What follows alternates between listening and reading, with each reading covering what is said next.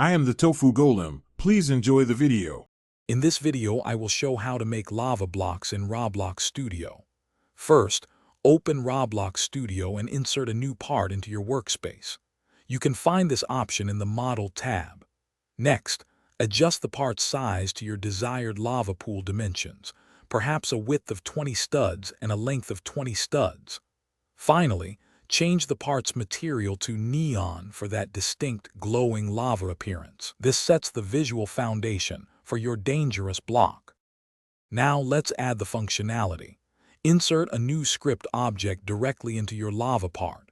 Inside this script, you will write code to detect when a player's character touches the part.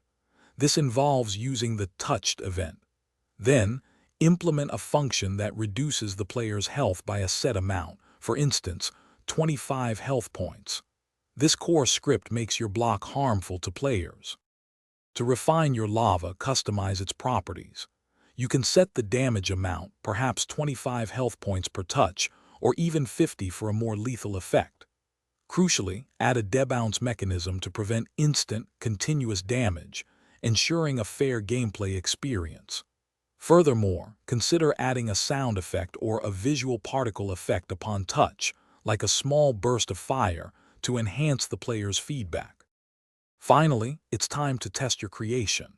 Playtest your game in Roblox Studio to verify the lava's functionality, ensuring it damages players as intended.